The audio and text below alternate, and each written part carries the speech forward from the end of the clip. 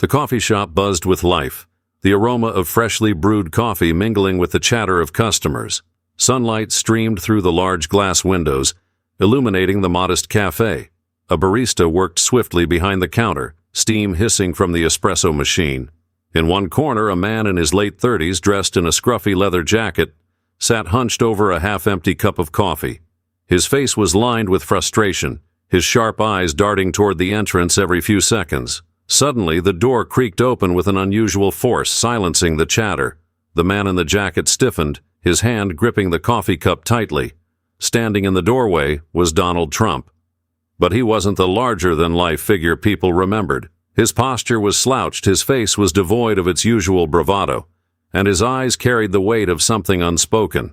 Dressed in a simple suit and an askew tie, he stepped into the shop, his presence commanding yet subdued. The room seemed to freeze as customers exchanged stunned glances. The barista paused mid-pour, staring at Trump with wide eyes. A woman whispered to her companion, "Is that really him?" The man in the corner narrowed his eyes, his jaw tightening. Trump walked toward the counter, his footsteps echoing on the tiled floor. He hesitated briefly before speaking. "A black coffee, please," he said, his voice calm but softer than expected. The barista blinked, struggling to process the surreal moment, and nodded stiffly. "Do you even know where you are?" The voice came from the corner, sharp and cutting. All heads turned to see the man in the leather jacket standing now, his gaze locked on Trump. His tone carried a bitterness that silenced the whispers. Trump met his gaze, unflinching. "Yes, I do." The man took a step forward, his expression twisting with disdain. "And why are you here, to rub salt into the wounds of people you've already broken?" Trump's face didn't change. His hands rested lightly on the counter as he replied, "No, I'm here to start fixing them." The words hung in the air, heavy with implication.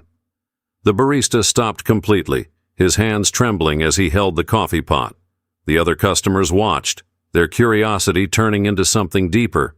Unease, perhaps even anticipation. The man in the jacket let out a bitter laugh, his voice rising. "Fixing them? People like you don't fix anything. You just move on to the next mess you can make." Trump turned to face him fully, his expression calm but resolute. "Maybe you're right, but it doesn't mean I shouldn't try." The man's fists clenched. "You've already done enough damage. People like me lost everything because of you. My father lost his job, his home, everything. And now you think you can waltz in here for coffee?" The tension in the room was suffocating. Trump reached into his coat pocket, pulling out a folded piece of paper.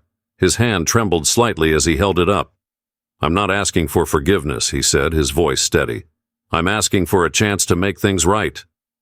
The man stared at the paper, his anger flickering with uncertainty.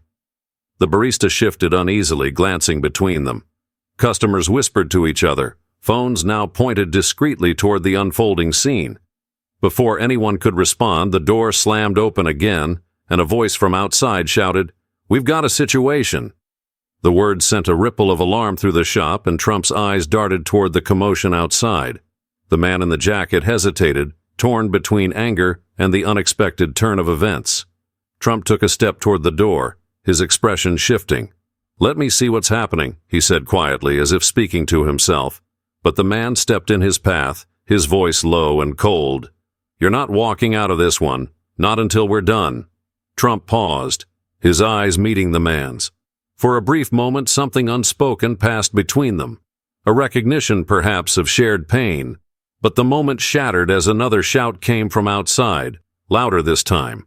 Smoke began to rise faintly beyond the shop's glass windows, and the air grew thick with tension.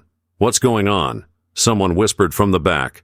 Trump didn't reply. Instead, he pushed past the man, his steps deliberate, his expression unreadable. The crowd inside the cafe followed his movement, their curiosity now mingled with apprehension. As he reached the door and stepped outside, the scene that awaited him froze him in his tracks.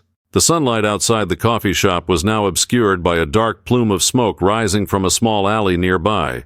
The air was filled with a tense hum as a crowd began to gather, their voices mixing with the faint crackle of flames. Protesters, their faces partially covered with bandanas, held signs accusing Trump of corruption and greed. A few chanted, their voices sharp with anger, while others stared in stunned silence at the scene unfolding. Trump's gaze followed the smoke, his face unreadable. The man in the leather jacket stepped out behind him, his presence as tense as the air. "Looks like your fan club is here," he muttered sarcastically, his bitterness cutting through the murmurs of the crowd. Trump didn't respond. Instead, his eyes were drawn to the alley where the smoke originated. A group of protesters had encircled a dumpster engulfed in flames, their faces lit by the fiery glow. In the middle of the chaos stood a teenager, no older than 16, clutching a spray can in one hand and a lighter in the other. His posture was defiant, but his expression betrayed uncertainty, as if he hadn't expected things to escalate this far. The young woman with the megaphone from earlier stepped forward, her voice slicing through the noise. "What are you doing here, Trump? Looking for sympathy? You're not going to find it." Trump raised his hands, palms open, in a gesture of surrender.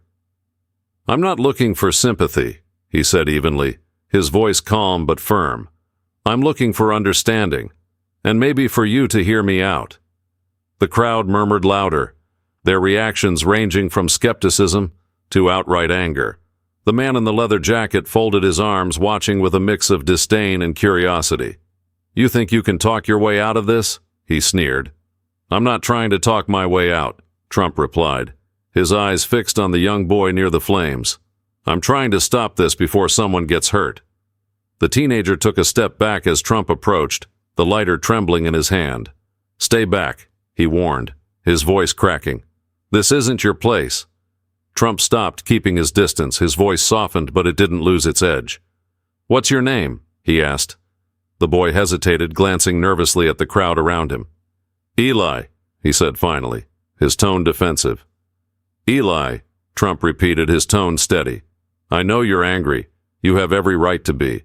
But this," he gestured toward the flames, "this doesn't solve anything." Eli's face twisted with frustration. "What do you know about solving anything? People like you ruin lives and walk away like it's nothing." Trump nodded slowly, absorbing the words. "You're right," he admitted. "I've walked away too many times, and I've ignored voices like yours. That's on me, but I'm here now because I want to listen, to understand." The young woman with the megaphone stepped closer, her voice laced with suspicion. "Why now? Why should any of us believe you care?" Trump turned to face her, his eyes tired but resolute. "Because I have no choice but to care now. If I don't, nothing changes. Not for you, not for me, not for anyone." The crowd shifted, their energy uncertain. Some murmured in agreement, others crossed their arms, their faces hardened with distrust. Eli stared at Trump, the lighter still in his hand, the flames behind him crackling louder. "You can't fix this," Eli said, his voice barely audible. "None of us can." Trump stepped closer, his gaze unwavering. "Maybe not today, maybe not tomorrow. But you don't fix anything by burning it to the ground. You start by owning the mess and doing better." Eli's grip on the lighter faltered, his anger giving way to something rawer, doubt, guilt, or perhaps exhaustion. His eyes darted between Trump and the crowd before finally lowering to the ground. Slowly, he dropped the lighter and spray can, stepping back from the flames. The crowd murmured louder, some applauding quietly, others whispering among themselves. Trump turned to the young woman with the megaphone. "Help me put this out," he said simply. She hesitated, her eyes scanning his face for sincerity. Then with a nod, she turned to the protesters, shouting for water or an extinguisher. The group moved hesitantly at first, but as one person stepped forward, others followed. Within minutes, the flames were reduced to smoldering embers. Eli stood to the side, his hands shaking as the young woman approached him. "You okay?" she asked softly. He nodded, his eyes glancing at Trump. "Is this over?" he whispered. Trump stepped forward, his expression firm but kind. "No," he said. "It's not over. It's just the beginning." In the distance, the sound of sirens grew louder, their approach signaling the arrival of the authorities. Trump turned to face the crowd. "Stay," he said to Eli and the young woman. "We'll face this together." As the first police car pulled up, the man in the leather jacket stepped closer, his voice low. "This doesn't make you a hero, Trump." Trump didn't look at him. His eyes stayed on Eli and the young woman. "I'm not trying to be a hero," he said quietly. Just a man trying to do the right thing. The sirens blared, and the crowd braced for the next chapter of the unfolding story. The police cars came to a halt, their flashing lights bathing the alley in red and blue. Officers stepped out cautiously, their hands hovering near their belts, their expressions scanning the scene for signs of danger. The crowd shifted uneasily, some pulling back while others held their ground, their phones raised to record every moment. Eli's breathing quickened as he instinctively moved closer to the young woman with the megaphone. She placed a reassuring hand on his shoulder, her own tension palpable. Trump, however, remained still, his posture calm but alert as the lead officer approached. "What's going on here?" the officer demanded, his tone clipped. His eyes swept over the smoldering dumpster, the spray can and lighter lying discarded on the ground, and the tense faces of the crowd. Trump stepped forward before anyone else could speak. "A misunderstanding," he said, his voice steady. "It's been resolved." The officer's gaze landed on him, narrowing slightly. Recognition flickered across his face, and his tone shifted, tinged with skepticism. "Mr. Trump, care to explain?" Trump nodded, gesturing toward Eli. "This young man was upset. He made a mistake, but no harm has been done, and we've made sure it won't happen again." The officer looked at Eli, his eyes sharp. "Is that true?" Eli hesitated, his lips trembling as he struggled to find his voice. The young woman squeezed his shoulder gently. "It's true," she said firmly. "He was angry, but he stopped before things got worse." The officer's brow furrowed, clearly unconvinced. He glanced at the crowd, some of whom murmured in agreement while others remained silent, their expressions unreadable. "That doesn't explain the fire," he said, turning back to Trump. Trump's face remained impassive. "It was an act of frustration," he said, "not malice. The boy's actions are part of something much bigger, years of feeling unheard, unseen." The officer folded his arms, his posture rigid. "That may be, but we can't just let it slide. There are consequences for actions like this." "I understand," Trump replied, his voice firm. "But if you're going to hold someone accountable, start with me." The officer blinked, momentarily caught off guard. "You?" Trump nodded. "Yes. I created the conditions that led to this. My decisions, my policies, they're part of the reason people like him feel the way they do. So if there are consequences to be faced, I'll face them." A ripple of shock ran through the crowd. Even the man in the leather jacket, who had been watching from the sidelines with crossed arms, looked visibly taken aback. The young woman stared at Trump, her expression a mix of disbelief and cautious respect. The officer's face remained unreadable as he studied Trump for a long moment. "That's a noble sentiment, Mr. Trump," he said finally. "But the law doesn't work like that. The boy is still responsible for his actions." Eli stepped forward, his voice trembling but resolute. "I'll take responsibility," he said, his words barely above a whisper. "I didn't mean for it to go this far, but I know what I did was wrong." The officer's gaze softened slightly as he looked at the boy, then back at Trump. "We'll need statements from both of you," he said, his tone less harsh, "and we'll have to take the boy in for questioning." The young woman's face tightened with worry. "Questioning? He's just a kid. He didn't hurt anyone." The officer raised a hand to calm her. "It's standard procedure. We're not looking to punish him, but we need to document what happened." Trump placed a hand on Eli's shoulder, meeting his frightened gaze. "You won't face this alone," he said quietly. "I'll be there with you every step of the way." Eli nodded, his fear tempered by the reassurance in Trump's voice. The officers moved to escort him to the car, and the young woman followed, her protective instinct evident. Trump turned to the crowd, his expression somber. "This isn't just about him," he said, his voice carrying over the murmurs. "It's about all of us. The anger, the frustration. It's real. And it's not going away unless we start addressing it. Together." The crowd shifted, their skepticism tempered by his words. The man in the leather jacket stepped forward, his voice low but pointed. "Words are easy, Trump. Actions aren't." Trump met his gaze unflinching. "You're right, but this is a start." As Eli was placed into the squad car, Trump followed the officers toward the vehicle, the young woman at his side. The crowd began to disperse slowly, their energy subdued but not extinguished. The man in the leather jacket lingered for a moment, watching as Trump and Eli disappeared into the back seat of the police car. For the first time that day, his expression softened, Not with forgiveness, but with the faintest glimmer of understanding. The ride to the police station was quiet, save for the hum of the engine and the occasional crackle of the police radio. Eli sat rigid in the back seat, his hands clasped tightly in his lap. His eyes darted nervously toward Trump, who sat beside him, his expression calm and composed. The young woman followed in her car, her gaze locked on the squad car ahead, her determination unwavering. When they arrived, the officers led Eli and Trump into a dimly lit room with a single table and 2 chairs. The atmosphere was heavy, the weight of what had just happened pressing down on them. The officers gestured for Eli to sit, and Trump took the chair next to him without hesitation. The door clicked shut behind them, leaving the two alone for a moment. Eli stared at the table, his fingers drumming an uneven rhythm against the cold metal surface. "You didn't have to come," he muttered, his voice barely audible. Trump leaned back in his chair, studying the boy for a moment before replying. "Yes, I did." Eli looked up, his eyes narrowing. "Why? What do you get out of this? A headline about how you're the big hero?" Trump shook his head slowly. "I've had enough headlines for a lifetime. This isn't about me, it's about you, and about making sure people like you don't feel like they have to set fires to be heard." Eli's jaw tightened, but he didn't reply. Before he could form a response, the door opened and the lead officer walked in holding a clipboard. He sat across from them, his demeanor more measured now, less authoritative. "All right," the officer began, his voice calm. "Let's get this straight. Eli, you admit to starting the fire?" Eli hesitated, his eyes flicking toward Trump, who gave him a small nod of encouragement. "Yes," he said finally. "I did." "And you understand the seriousness of what you did?" the officer pressed. "Yes," Eli replied, his voice steady this time.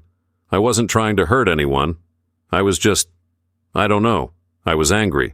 The officer nodded, scribbling on the clipboard. "Anger doesn't justify this kind of action, but I appreciate your honesty. We're going to recommend community service and counseling instead of a harsher punishment. But you need to take this seriously." Eli nodded, his shoulders relaxing slightly. "I will."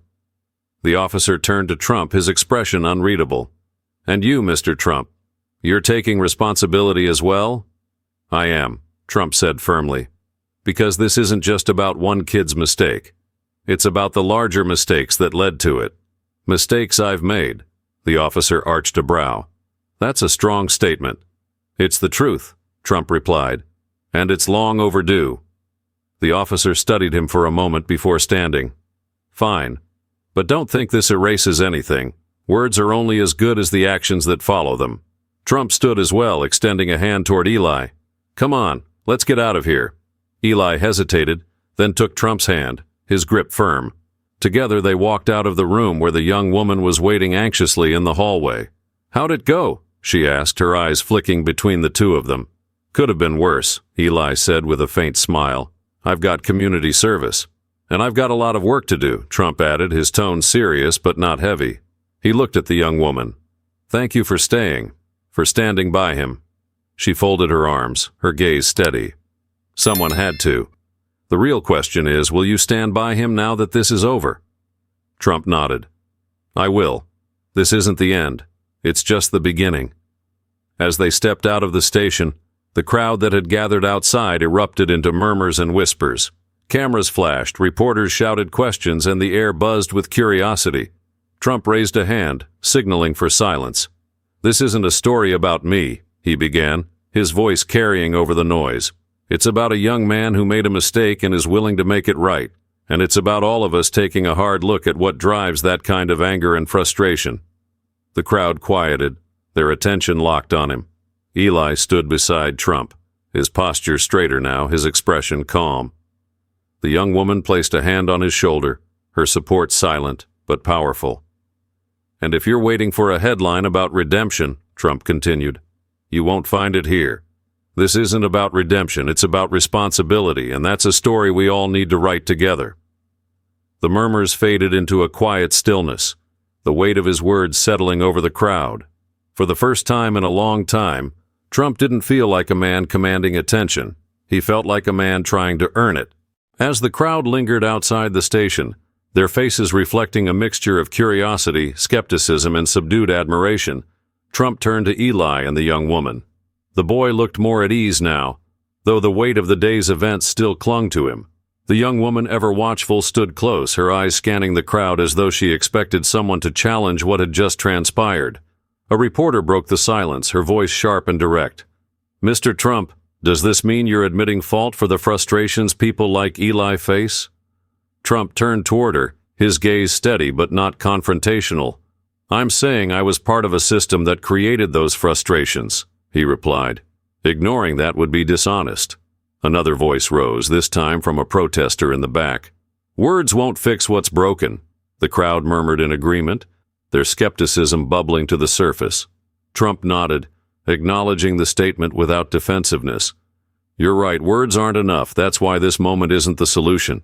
It's the start of one." The young woman stepped forward, her voice cutting through the noise with unexpected authority. "And it's not just on him, it's on all of us. Change doesn't happen because one person decides to care. It happens when we all decide to stop ignoring the problem." Her words seemed to shift something in the crowd. Faces that had been hard with judgment softened slightly. A few heads nodded. The man in the leather jacket stood at the edge of the group, his arms crossed, his expression unreadable but less hostile than before. Trump looked at Eli, his voice quiet but deliberate. "What happens next is up to you. Community service isn't just a punishment. It's an opportunity. Use it to make something better." Eli nodded slowly, the weight of Trump's words settling on his young shoulders. "I will," he said, his voice steady. The young woman turned to Trump, her gaze sharp but less guarded. "And you? What are you going to do to back up all this talk about responsibility?" Trump smiled faintly, a flicker of weariness in his expression. "Start listening, start showing up, and stop pretending I have all the answers." The crowd began to shift, some dispersing, others staying to watch, unsure of what they were witnessing. The man in the leather jacket finally stepped forward, his eyes fixed on Trump. "If you're serious about this," he said, his tone low but firm, "then prove it. Not here, not now, over time." Trump extended a hand, surprising everyone. "Fair enough," he said. The man hesitated, his eyes narrowing, but after a long pause, he shook Trump's hand briefly before turning and walking away. The young woman looked at Trump, her expression softening for the first time. "If you mean what you say, people will notice, but if you're lying, we'll be here to call you out." Trump nodded. "That's how it should be." As the crowd finally began to thin, Trump, Eli, and the young woman stood together, the remnants of the day settling into a tentative calm. The boy looked at Trump, his voice quiet but earnest. "Do you really think things can change?"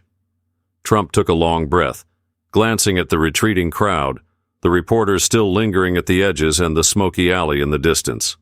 "I don't know," he admitted, "but I know it has to start somewhere." Eli didn't reply, but for the first time, there was a hint of hope in his expression. The young woman placed a hand on his shoulder, a small, reassuring gesture before turning to Trump.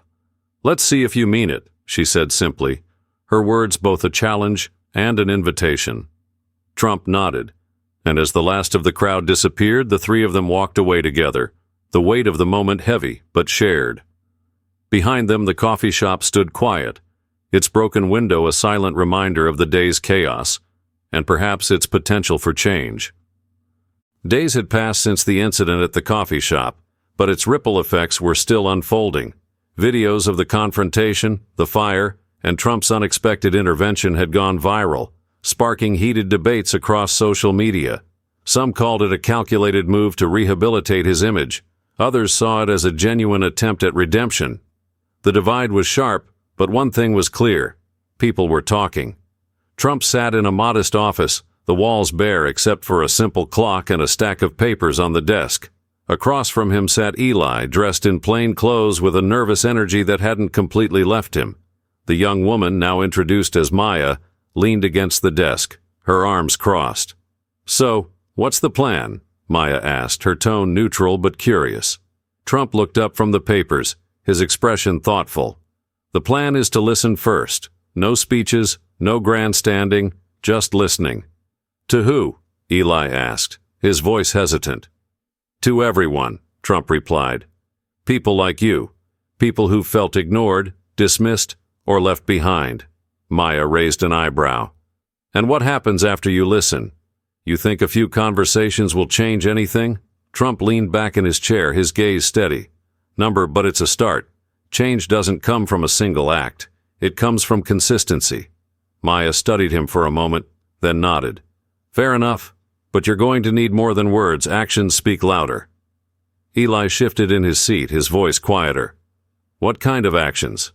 Trump smiled faintly. That's where you both come in.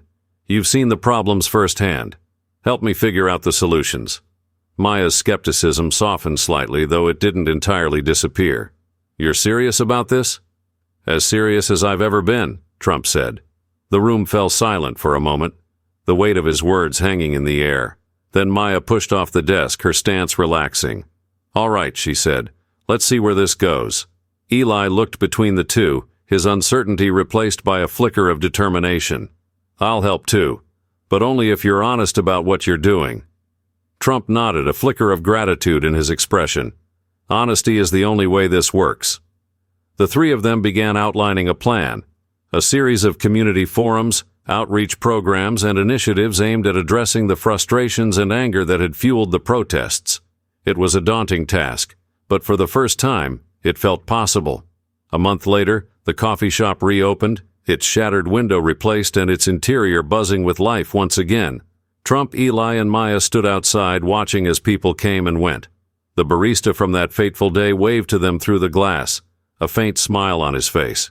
You really think this is going to work? Eli asked, his voice quiet but hopeful. I think it's a start, Trump replied, and sometimes that's all you need. Maya glanced at him, her skepticism now tempered with a hint of trust. You've surprised me, Trump. Don't make me regret it. I won't, he said simply. As they turned to leave, the man in the leather jacket appeared at the corner, his arms crossed and his expression unreadable. He stepped forward, his eyes locking with Trump's. You're not off the hook, he said, his tone firm. But maybe you're on the right track.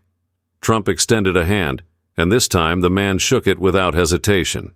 That's all I can ask for, Trump said. As they walked away together, the sun dipped below the horizon, casting the city in a warm glow. For the first time in a long time, Trump felt something unfamiliar. Hope not just for himself, but for the people around him. The story isn't just about redemption, it's about responsibility. No one act can undo the past, but every step forward matters. Let's remember that change starts with us, whether it's taking accountability, helping someone in need, or just listening. If this story inspired you, make sure to like, share, and subscribe. Let's keep these conversations alive and work toward a better tomorrow, together.